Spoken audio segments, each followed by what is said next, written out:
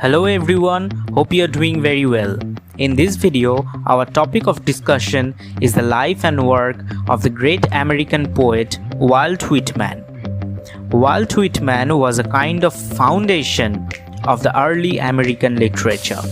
In this video, we will try to discover his life in details. So without further introduction, let's get started and let's make English straightforward.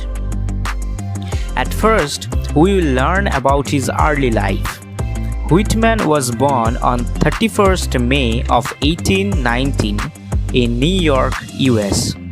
He ended his school life only at the age of 11 and joined as an office boy to help his family. Then he worked in a printing company of newspaper. Before he turned 16 years old, he had already published some of his early poetries in magazines like the New York Mirror, and already worked for at least 2 or 3 press companies. There he learned about the typesetting and the process of printing. After all these, he served as a teacher in many schools. Whitman was very regular in local libraries and theaters. After ending his teaching career, Whitman went back to New York to establish a newspaper company. In 1838, Walt Whitman established a news organization called Long Islander. Whitman was not a very consistent person in any job.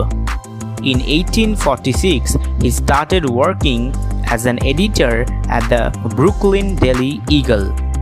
Beside all these jobs, Whitman was a journalist and essayist whose writings were too sharp against the social and cultural injustice. He always talked about democracy, peace, and of equal rights. Whitman always written in favor of the women, working class laborers, and the repressed group of the society. He was very worried about the slavery system all over the world. He covered all his observations and thoughts in his writings. In 1855, Walt Whitman self-published his life's most popular poetry collection, Leaves of Grass. Later, it became one of the most creative literary works of America. This collection contained 12 unnamed poems. Each of them was full of spirit and gentleness. Walt Whitman edited this book many times throughout his lifetime, and this small book containing of only 12 poems became the collection of 400 poems in its final edition. He wrote these poems in free verse, which was a remarkable incident in the time. When American Civil War started in 1861, Whitman joined as a volunteer nurse. During this time, Whitman was closely attached with the wounded and injured soldiers, and this caused him to publish another famous collection, Drum Taps. This collection represents the cruelty of civil war, the value of lives, and war's effects over common people. In the same year, he published a sequel of the previous publication. This new collection contained more 18 beautiful poems, including the elegy of President Abraham Lincoln. In 1873, Walt Whitman encountered a massive stroke, which left him partially paralyzed.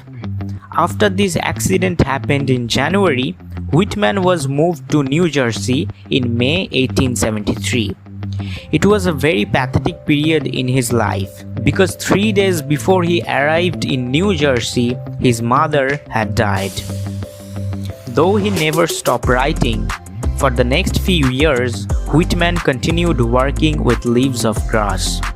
His famous writings include Songs of Myself, Oh Captain, My Captain, I Sing the Body Electric, Democratic Vistas, Crossing Brooklyn Ferry, I Hear America Singing, and many others.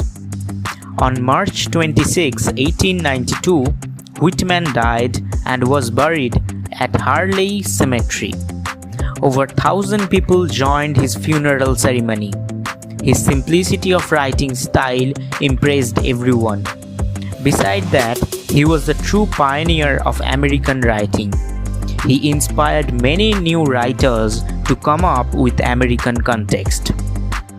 So that's enough information for today's short video about Walt Whitman. We discussed the major topics of Walt Whitman's life and works. But before you leave this video, we will have a question for you. And the question of the day is, how many poems were included in the first publication of Walt Whitman's Leaves of Grass? Comment your answer below and let other viewers tell if you are right or wrong. So for now, tell me goodbye. We will be meeting on another Slideshow English video.